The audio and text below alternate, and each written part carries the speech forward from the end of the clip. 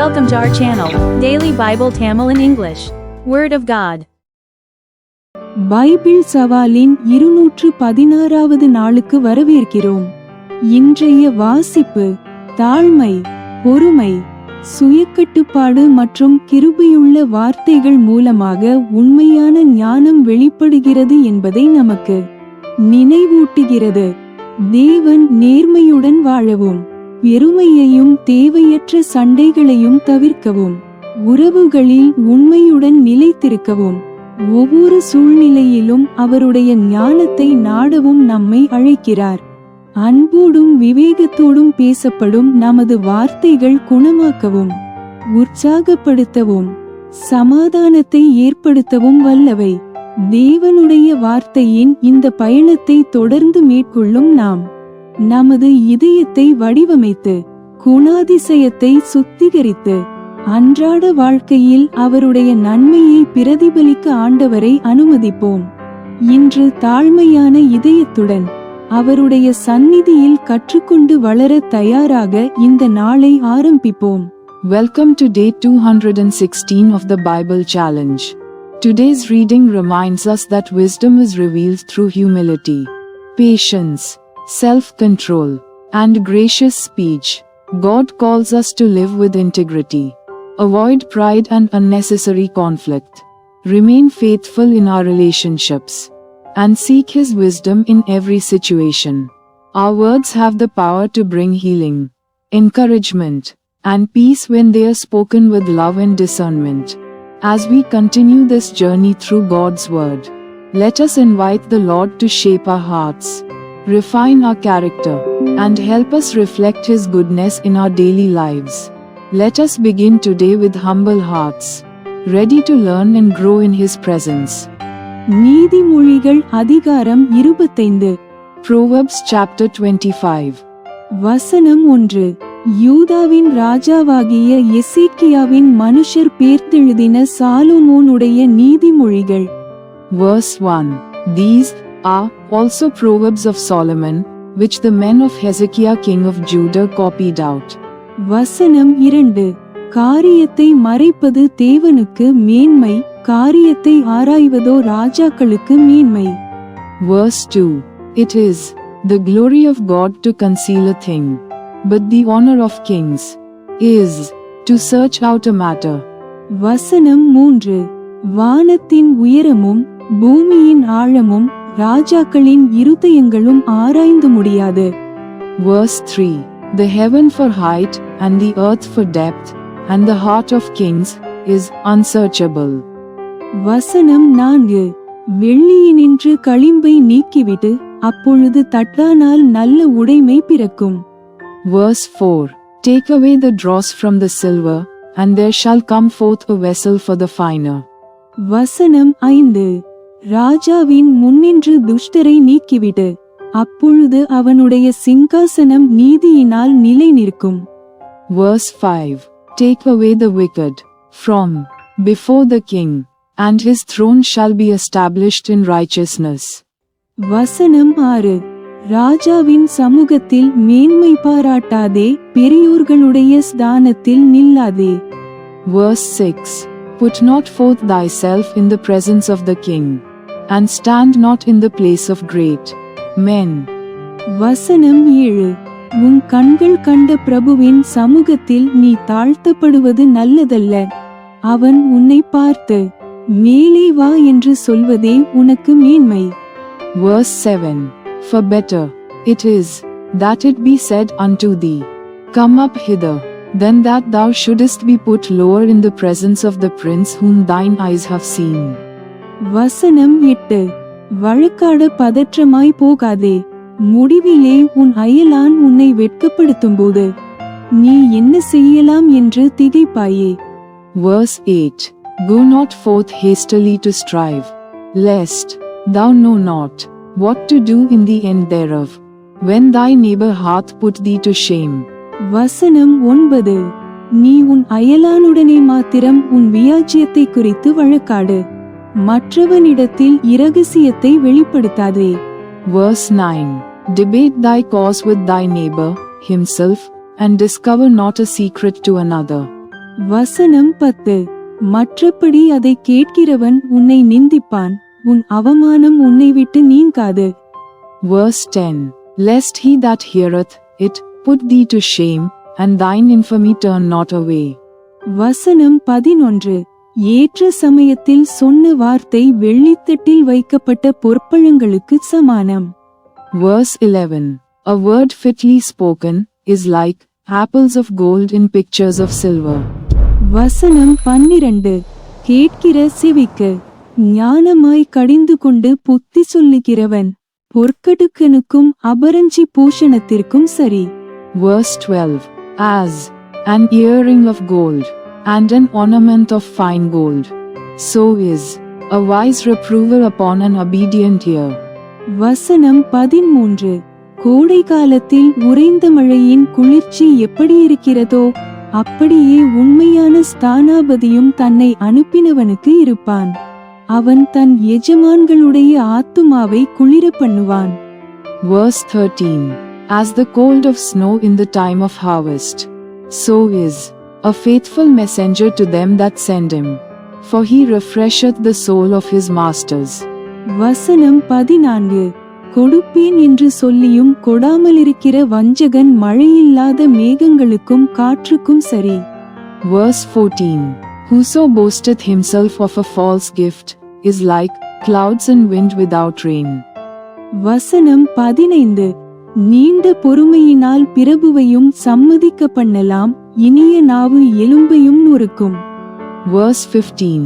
By long forbearing is a prince persuaded, and a soft tongue breaketh the bone. வசனம் 16. தேனை கண்டுபிடித்தாயானால் மட்டாய் சாப்பிடு, மிதமிஞ்சி சாப்பிட்டால் வாந்தி பண்ணுவாய். Verse 16. Hast thou found honey? Eat so much as is sufficient for thee, lest thou be filled therewith, and vomit it. வசனம் 17. உன் அயலான் சலித்து உன்னை வெறுக்காதபடிக்கு அடிக்கடி அவன் வீட்டில் கால் வைக்காதே. Verse 17. Withdraw thy foot from thy neighbor's house, lest he be weary of thee, and so hate thee. வசனம் 18. பிறனுக்கு விரோதமாய் பொய்ச்சாட்சி சொல்லுகிற மனுஷன் தண்டாயுதத்துக்கும் கட்கத்துக்கும் கூர்மையான அம்புக்கும் ஒப்பானவன். Verse 18.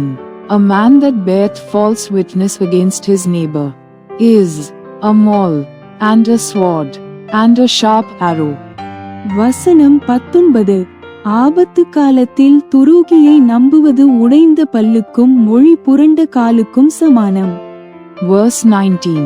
Confidence in an unfaithful man in time of trouble is like a broken tooth, and a foot out of joint. வசனம் 20. மனதுக்கமுள்ளவனுக்கு பாட்டுகளை பாடுகிறவன் குளிர்காலத்தில் வஸ்திரத்தை களைகிறவனைப் போலவும் வெட்டியுப்பின் மேல் வார்த்த காடியைப் போலவும் இருப்பான். Verse 20. As he that taketh away a garment in cold weather, and as vinegar upon nitre, so is he that singeth songs to an heavy heart. வசனம் 21. உன் சத்துரு பசியாயிருந்தால் அவனுக்கு புசிக்க ஆகாரங்கொடு, அவன் தாகமாயிருந்தால் குடிக்க தண்ணீர் கொடு. Verse 21. If thine enemy be hungry, give him bread to eat, and if he be thirsty, give him water to drink. வசனம் 22. அதனால் நீ அவன் தலையின் மேல் எரிகிற தழல்களை குவிப்பாய், கர்த்தர் உனக்கு பலனளிப்பார். Verse 22. For thou shalt heap coals of fire upon his head, and the Lord shall reward thee. வசனம் 23. வடகாற்று மழையையும் புறங்கூறுகிற நாவு கோபமுகத்தையும் பிறப்பிக்கும். Verse 23. The north wind driveth away rain, so doth an angry countenance a backbiting tongue. வசனம் 24. சண்டைக்காரியோடே ஒரு பெரிய வீட்டில் குடியிருப்பதை பார்க்கிலும் வீட்டின் மேல் ஒரு மூலையில் தங்குவதே நலம். Verse 24. It is better to dwell in the corner of the housetop than with a brawling woman and in a wide house. வசனம் 25. தூரதேசத்திலிருந்து வரும் நற்செய்தி விடாய்த்த ஆத்துமாவுக்கு கிடைக்கும் குளிர்ந்த தண்ணீருக்கு சமானம். Verse 25. As cold waters to a thirsty soul, so is good news from a far country. வசனம் 26. துன்மார்க்கருக்கு முன்பாக நீதிமான் தள்ளாடுவது கலங்கின கிணற்றுக்கும் கெட்டுப்போன சுனைக்கும் ஒப்பாகும். Verse 27. It is not good to eat much honey. So, for men, to search their own glory is not glory. வசனம் 28. தன் ஆவியை அடக்காத மனுஷன் மதிலிடிந்த பாழான பட்டணம் போலிருக்கிறான். Verse 28. He that hath no rule over his own spirit is like a city that is broken down and without walls. நீதிமொழிகள் அதிகாரம் 26. Proverbs chapter 26. வசனம் 1. உஷ்ணகாலத்திலே உறைந்த பனியும் அறுப்பு காலத்திலே மழையும் தகாதது போல மூடனுக்கு மகிமை தகாது. Verse 1. As snow in summer and as rain in harvest, so honor is not seemly for a fool. வசனம் 2. அடைக்கலான் குருவி அலைந்து போவது போலும் தகைவிலான் குருவி பறந்து போவது போலும் காரணமில்லாமலிட்ட சாபம் தங்காது. Verse 2. As the bird by wandering, as the swallow by flying, so the curse causeless shall not come. வசனம் 3. குதிரைக்கு சவுக்கும் கழுதைக்கு கடிவாளமும் மூடனுடைய முதுகுக்கு பிரம்பும் ஏற்றது. Verse 3. A whip for the horse, a bridle for the ass, and a rod for the fool's back. வசனம் 4. மூடனுக்கு அவன் மதியீனத்தின்படி மறுஉத்தரவு கொடாதே, கொடுத்தால் நீயும் அவனைப் போலாவாய். Verse 4. Answer not a fool according to his folly, lest thou also be like unto him. வசனம் 5. மூடனுக்கு அவன் மதியீனத்தின்படி மறுஉத்தரவு கொடு, கொட்டாவிட்டால் அவன் தன் பார்வைக்கு ஞானியாயிருப்பான். Verse 5. Answer a fool according to his folly, lest he be wise in his own conceit. வசனம் 6. மூடன் கையிலே செய்தி அனுப்புகிறவன் தன் கால்களையே தரித்துக் கொண்டு நஷ்டத்தை அடைகிறான். Verse 6. He that sendeth a message by the hand of a fool cutteth off the feet, and drinketh damage. வசனம் 7. நொண்டியின் கால்கள் குந்தி குந்தி நடக்கும், அப்படியே மூடரின் வாயில் உள்ள உவமை சொல்லும் குந்தும். Verse 7. The legs of the lame are not equal, so is a parable in the mouth of fools. வசனம் 8. மூடனுக்கு கனத்தை கொடுக்கிறவன் கவனிலே கல்லை கட்டுகிறவன் போலிருப்பான். Verse 8. As he that bindeth a stone in a sling, so is he that giveth honor to a fool. வசனம் 9. மூடன் வாயில் அகப்பட்ட பழமொழி வெறியன் கையில் அகப்பட்ட முள்ளு. Verse 9. As a thorn goeth up into the hand of a drunkard, so is a parable in the mouth of fools. வசனம் 10. பெலத்தவன் அனைவரையும் நோக்க பண்ணி மூடனையும் வேலை கொள்ளுகிறான், மீறி நடக்கிறவர்களையும் வேலை கொள்ளுகிறான். Verse 10. The great God that formed all things both rewardeth the fool and rewardeth transgressors. வசனம் 11. நாயானது தான் கக்கினதை தின்னும்படி திரும்புவது போல மூடனும் தன் மூடத்தனத்துக்கு திரும்புகிறான். Verse 11. As a dog returneth to his vomit, so a fool returneth to his folly. வசனம் 12. தன் பார்வைக்கு ஞானியாயிருப்பவனை கண்டாயானால் அவனை பார்க்கிலும் மூடனை குறித்து அதிக நம்பிக்கையாயிருக்கலாம். Verse 12. Sayest thou a man wise in his own conceit? There is more hope of a fool than of him. வசனம் 13. வழியிலே சிங்கம் இருக்கும், நடுவீதியிலே சிங்கம் இருக்கும் என்று சோம்பேறி சொல்லுவான். Verse 13. The slothful man saith, There is a lion in the way, a lion is in the streets. வசனம் 14. கதவு கீழ்முளையில் ஆடுகிறது போல சோம்பேறியும் படுக்கையில் ஆடிக்கொண்டிருக்கிறான். Verse 14. As the door turneth upon his hinges, so doth the slothful upon his bed. வசனம் 15. சோம்பேறி தன் கையை கலத்திலே வைத்து அதை தன் வாய்க்கு திரும்ப எடுக்க வருத்தப்படுகிறான். Verse 15. The slothful hideth his hand in his bosom. It grieveth him to bring it again to his mouth. வசனம் 16. உத்தியுள்ள மறுத்தரவு சொல்லத்தகும் 7 பேரை பார்க்கிலும் சோம்பேறி தன் பார்வைக்கு அதிக ஞானம் உள்ளவன். Verse 16. The sluggard is wiser in his own conceit than 7 men that can render a reason. வசனம் 17. வழியே போகையில் தனக்கடாத வழக்கில் தலையிடுகிறவன் நாயை காதை பிடித்திழுக்கிறவனை போலிருக்கிறான். Verse 17. He that passeth by, and meddleth with strife, belonging not to him, is like one that taketh a dog by the ears. வசனம் 18. கொள்ளிகளையும் அம்புகளையும் சாவுக்கேதுவானவைகளையும் எரிக்கிற பைத்தியக்காரன் எப்படியிருக்கிறானோ. Verse 18. As a mad man, who casteth firebrands, arrows, and death. வசனம் 19. அப்படியே தனக்கடுத்தவனை வஞ்சித்து நான் விளையாட்டுக்கல்லவோ செய்தேன் என்று சொல்லுகிற மனுஷனும் இருக்கிறான். Verse 19.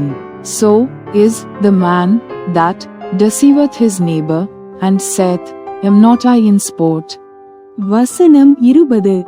விறகில்லாமல் நெருப்பு அவியும், கோள் சொல்லுகிறவன் இல்லாமல் சண்டை அடங்கும். Verse 20. Where no wood is, there the fire goeth out. So where there is no talebearer, the strife ceaseth. வசனம் 21. கரிகள் தழலுக்கும் விறகு நெருப்புக்கும் ஏதுவானது போல வாதப்பிரியன் சண்டைகளை மூட்டுகிறதற்கு ஏதுவானவன். Verse 21. As coals are to burning coals, and wood to fire, so is a contentious man to kindle strife. வசனம் 22. கோள்காரனுடைய வார்த்தைகள் விளையாட்டு போலிருக்கும், ஆனாலும் அவைகள் உள்ளத்திற்குள் தைக்கும். Verse 22. The words of a talebearer are as wounds, and they go down into the innermost parts of the belly. வசனம் 23. நேச அனலை காண்பிக்கிற உதடுகளோடு கூடிய தீய நெஞ்சம் வெள்ளிப்பூச்சு பூசிய ஓட்டை போலிருக்கும். Verse 23. Burning lips and a wicked heart are like a potsherd covered with silver dross. வசனம் 24. பகைஞன் தன் உள்ளத்தில் கபடத்தை மறைத்து தன் உதடுகளினால் சூது பேசுகிறான். Verse 24. He that hateth dissembleth with his lips, and layeth up deceit within him. வசனம் 25. அவன் இதம் பேசினாலும் அவனை நம்பாதே, அவன் இருதயத்தில் 7 அருவருப்புகள் உண்டு. Verse 25. When he speaketh fair, believe him not, for there are 7 abominations in his heart. வசனம் 26. பகையை வஞ்சகமாய் மறைத்து வைக்கிறவனெவனோ அவனுடைய பொல்லாங்கு மகா சபையிலே வெளிப்படுத்தப்படும். Verse 26. Whose hatred is covered by deceit, his wickedness shall be showed before the whole congregation. வசனம் 27. படுகுழியை வெட்டுகிறவன் தானே அதில் விழுவான், கல்லை புரட்டுகிறவன் மேல் அந்த கல் திரும்ப விழும். Verse 27. Whoso diggeth a pit shall fall therein, and he that rolleth a stone, it will return upon him. வசனம் 28. கள்ளனாவு தன்னால் கிளேசப்பட்டவர்களை பகைக்கும், இச்சகம் பேசும் வாய் அழிவை உண்டு பண்ணும். Verse 28. A lying tongue hateth those that are afflicted by it, and a flattering mouth worketh ruin. நீதிமொழிகள் அதிகாரம் 27. Proverbs chapter 27. வசனம் 1. நாளைய தினத்தை குறித்து பெருமை பாராட்டதே, ஒரு நாள் பிறப்பிப்பதை அறியாயே. Verse 1. Boast not thyself of tomorrow, for thou knowest not what a day may bring forth. வசனம் 2. உன் வாய் அல்ல, புறத்தியானே உன்னை புகழட்டும், உன் உதடு அல்ல, அந்நியனே உன்னை புகழட்டும். Verse 2. Let another man praise thee, and not thine own mouth, a stranger, and not thine own lips. வசனம் 3. கல்கனமும் மணல் பாரமுமாயிருக்கும், மூடனுடைய கோபமோ இவ்விரண்டிலும் பாரமாம். Verse 3. A stone is heavy and the sand weighty, but a fool's wrath is heavier than them both. வசனம் 4. உக்கிரம் கொடுமையுள்ளது, கோபம் நிஷ்டூரம் உள்ளது, பொறாமையோவென்றால் அதற்கு முன்னிற்கத்தக்கவன் யார்? Verse 4. Wrath is cruel and anger is outrageous, but who is able to stand before envy? வசனம் 5. மறைவான சிநேகத்தை பார்க்கிலும் வெளிப்படையான கடிந்து கொள்ளுதல் நல்லது. Verse 5. Open rebuke is better than secret love. வசனம் 6. சிநேகிதன் அடிக்கும் அடிகள் உண்மையானவைகள், சத்துரு இடும் முத்தங்களோ வஞ்சனையுள்ளவைகள். Verse 6. Faithful are the wounds of a friend, but the kisses of an enemy are deceitful. வசனம் 7. திருப்தியடைந்தவன் தேன்கூட்டையும் மிதிப்பான், பசியுள்ளவனுக்கோ கசப்பான பதார்த்தங்களும் தித்திப்பாயிருக்கும். Verse 7. The full soul loatheth an honeycomb, but to the hungry soul every bitter thing is sweet. வசனம் 8. தன் கூட்டை விட்டு அலைகிற குருவி எப்படி இருக்கிறதோ அப்படியே தன் ஸ்தானத்தை விட்டு அலைகிற மனுஷனும் இருக்கிறான். Verse 8. As a bird that wandereth from her nest, so is a man that wandereth from his place. வசனம் 9. பரிமள தைலமும் சுகந்த தூபமும் இருதயத்தை களிப்பாக்குவது போல, ஒருவனுடைய சிநேகிதன் உட்கருத்தான ஆலோசனையினால் பாராட்டும் இன்பமானது களிப்பாக்கும். Verse 9. Ointment and perfume rejoice the heart, so doth the sweetness of a man's friend by hearty counsel. வசனம் 10. உன் சிநேகிதனையும் உன் தகப்பனுடைய சிநேகிதனையும் விட்டுவிடாதே, உன் ஆபத்து காலத்தில் உன் சகோதரனுடைய வீட்டிற்கு போகாதே, தூரத்திலுள்ள சகோதரனிலும் சமீபத்திலுள்ள அயலானே வாசி. Verse 10. Thine own friend and thy father's friend forsake not, neither go into thy brother's house in the day of thy calamity. For better is a neighbor that is near than a brother far off. வசனம் 11. என் மகனே, என்னை நிந்திக்கிறவனுக்கு நான் உத்தரவு கொடுக்கத்தக்கதாக நீ ஞானவானாகி என் இருதயத்தை சந்தோஷப்படுத்து. Verse 11. My son, be wise, and make my heart glad, that I may answer him that reproacheth me. வசனம் 12. விவேகி ஆபத்தை கண்டு மறைந்து கொள்ளுகிறான், பேதைகளோ நெடுகப் போய் தண்டிக்கப்படுகிறார்கள். Verse 12. A prudent man foreseeth the evil, and hideth himself, but the simple pass on, and are punished. வசனம் 13. அந்நியனுக்காக பிணைப்படுகிறவனுடைய வஸ்திரத்தை எடுத்துக்கொள், அந்நிய ஸ்திரீக்காக ஈடு வாங்கிக்கொள். Verse 13. Take his garment that is surety for a stranger, and take a pledge of him for a strange woman. வசனம் 14. ஒருவன் அதிகாலையிலே எழுந்து உரத்த சத்தத்தோடே தன் சிநேகிதனுக்கு சொல்லும் ஆசீர்வாதம் சாபமாக எண்ணப்படும். Verse 14. He that blesseth his friend with a loud voice, rising early in the morning, it shall be counted a curse to him. வசனம் 15. அடைமழை நாளில் ஓயாத ஒழுக்கும் சண்டைக்காரியான ஸ்திரியும் சரி. Verse 15. A continual dropping in a very rainy day and a contentious woman are alike. வசனம் 16. அவளை அடக்க பார்க்கிறவன் காற்றை அடக்கி தன் வலதுகையினால் எண்ணெயை பிடிக்க பார்க்கிறான். Verse 16. Whosoever hideth her hideth the wind, and the ointment of his right hand, which bereath itself. வசனம் 17. இரும்பை இரும்பு கருக்கிடும், அப்படியே மனுஷனும் தன் சிநேகிதனுடைய முகத்தை கருக்கிடுகிறான். Verse 17. Iron sharpeneth iron, so a man sharpeneth the countenance of his friend. வசனம் 18. அத்திமரத்தை காக்கிறவன் அதின் கனியை புசிப்பான், தன் எஜமானை காக்கிறவன் கனமடைவான். Verse 18. Whoso keepeth the fig tree shall eat the fruit thereof.